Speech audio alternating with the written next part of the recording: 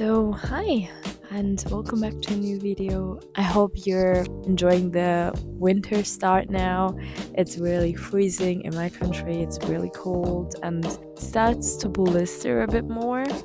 I really need to put my gloves already on. It's just not what I'm used to. It was so bad that I got even sick, so yeah, hopefully not again. But yeah, even though I got them warm heater, I don't know what you call that, but yeah, that's what I have on my back just to get not cold in my room because it's a fucking rooftop.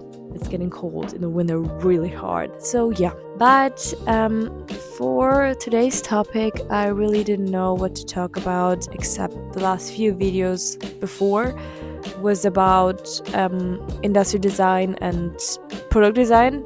It was about industrial design and product design, and I wanted to keep going with that. And I want to talk about how to even become an industrial designer, or which path is much more useful or just more accurate to your life. So, yeah, let's begin. First of all, we need all a foundation. It just, you can't start without it. I mean, obviously. So, yeah, what path is actually suitable or for you the best way possible to become an industrial designer? So, for me, I wanted an education. I wanted to achieve where there were rules to follow because with rules I can learn better. With rules I can achieve much more things. And so for me, the education was based on an A level education. Yeah, that's what I did with product design. And now I'm currently studying in my second semester industrial design, and I'm really choose the right path because I feel so on the right place right now, and I have nothing against it. But there is also another path to achieve industrial design. There are plenty of ways to achieve it. You can go do an internship and find out if it's really for you, or if you need to have an education like a bachelor, or if you can go and do your self-teaching path, I guess. Yeah, and before I even started industrial design, I was in a self-teaching path, more likely to experience the things I wanted to experience as an industrial designer in my own rules.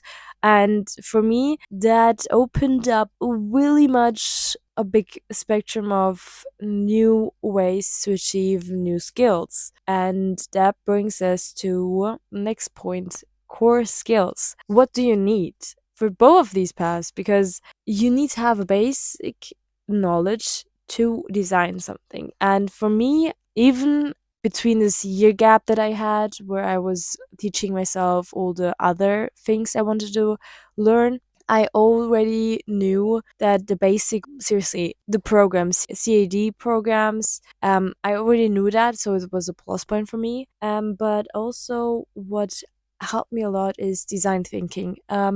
What helped me out, I knew it already, but a self-teaching person who's trying to be an industrial designer will learn eventually about design thinking too and how to engage with it. And that brings me to another point. You need to know how design process is built with. For me, you have like 4 to 5 even points where you need to go through that every design needs to get developed until the final, from the first briefing and sketching whatever till the final.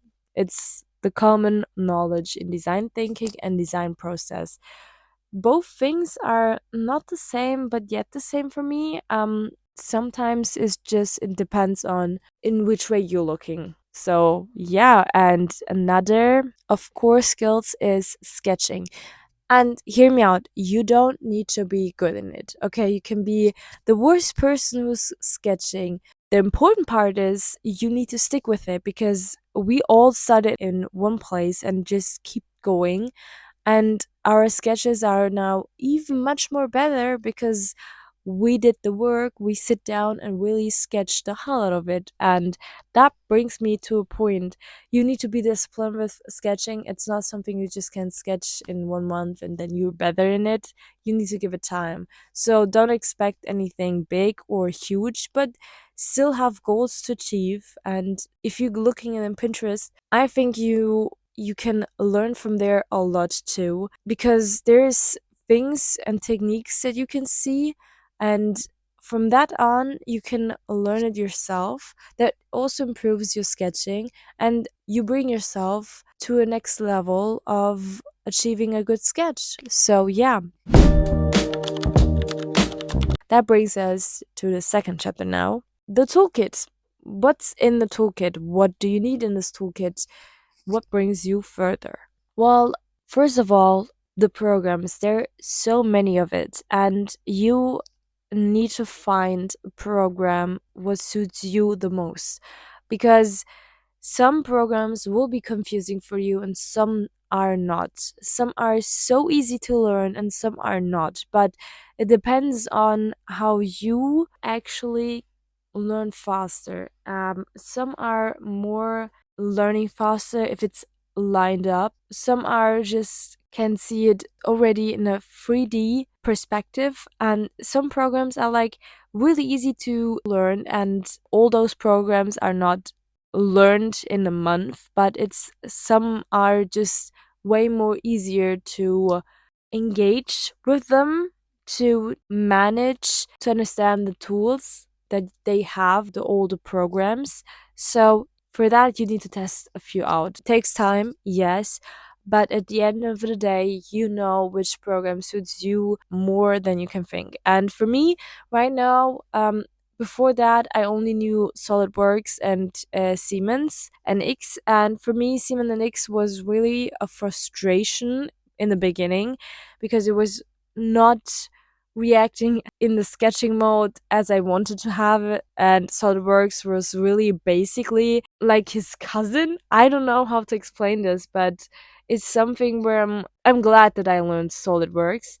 Now I'm using Fusion and Rhinos, and for me, skipping from Fusion to Rhinos is also like you have no sketching area, you have everything aligned, and you have totally four different perspectives. You're like, what? And even though they have like differences, I think Rhinos is something you can do much more, I guess. But I need to really, like I said, I'm still learning too, so I need to interact with it more to understand Rhinos, because I think it will be a helpful tool in my whole design university life. So we will see about that. So yeah. The next tool is Adobe. I mean, seriously, come on, you need to make your, I don't know, your magazines, because I did that too. I made my own magazine, or just a booklet, and for that you need Adobe. You need it, and I'm glad I have it. Seriously, it helps me not even only on YouTube. It helps me in my private life when I have any projects, or in my university. So if you have that skill and it's easy to learn, there's so many plenty of videos and tutorials that you can just watch, and they're really good. I even learned a bunch of new tricks and new methods based on YouTube clips. Seriously, it's insane. So yeah, physical tools is something where you, some fashion styles are not suited to you. So the same as with pencils. Some pencils you're like, okay, I can try it out, but it's not mine. You need to find the material that you love, the paper or whatever. You need to find what suits you for sketching better than what should be suiting for the sketch.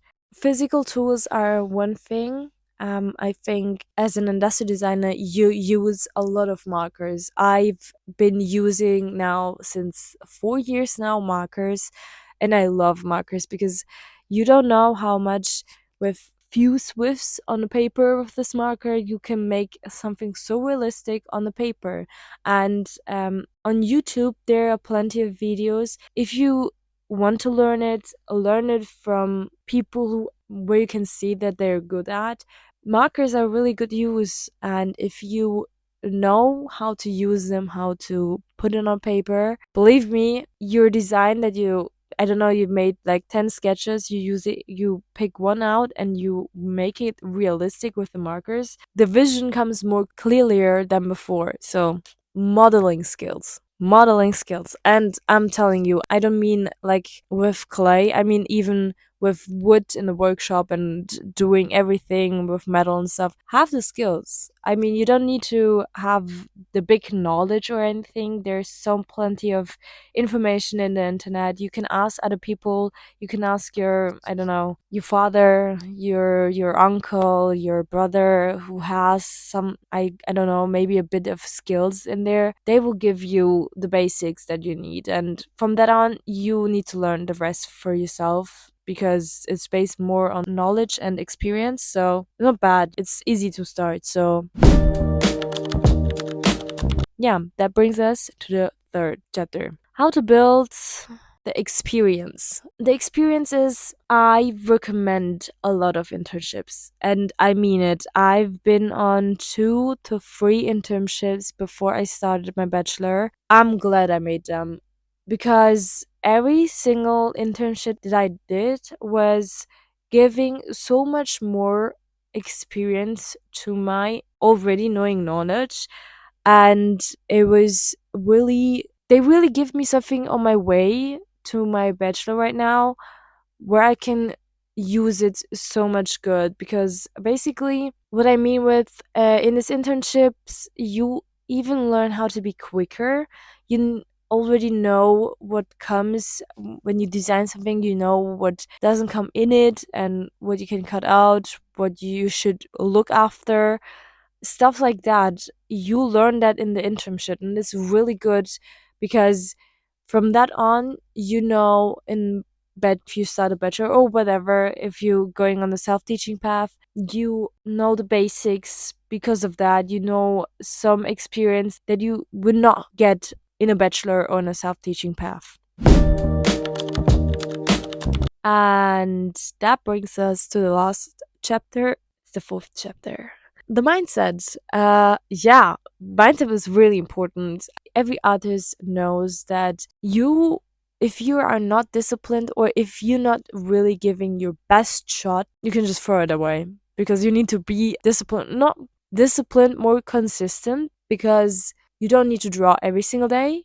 But if you draw, at least sticking with it. If you saying, okay, today I'm not drawing, but tomorrow I'm drawing, I'm getting my skills together, I'm getting my shit together, and really getting better in this sketching, then believe you me, after a while will see the progress, and that's a huge success. Because seeing progress in your goal, in your path, it's a good thing.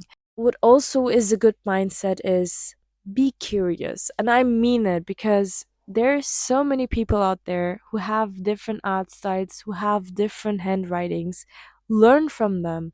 See what they do. Be curious to ask and say how you're doing it, and look for people where they are good at where you aren't, because you can learn from them really much, and maybe you will even learn it so much that you will love it and it will become your new art style. You don't know. So be curious, be open-minded, go for it, because if you're holding yourself back, you always will stand in the same place, and that will not bring you further. Observe. Another thing is, observe. Really, just look around, see what you can touch. A lot of things.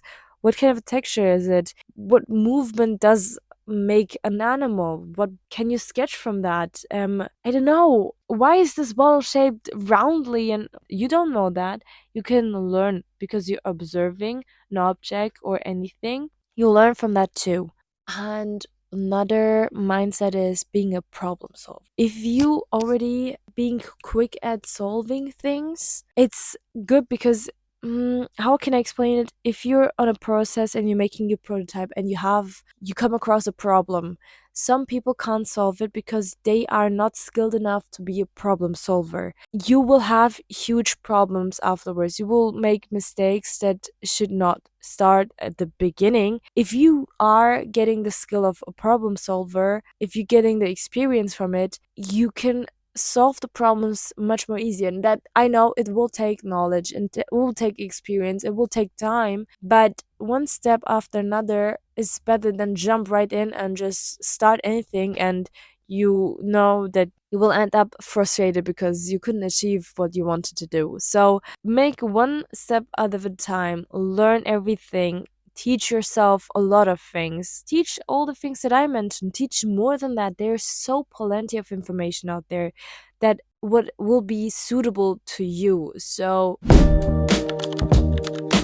that is today's video. I hope you like it. I hope I helped you out. And if you have any questions or just in general you want to say something, just leave a comment and like it and subscribe, follow me, and we will see you soon. Bye bye.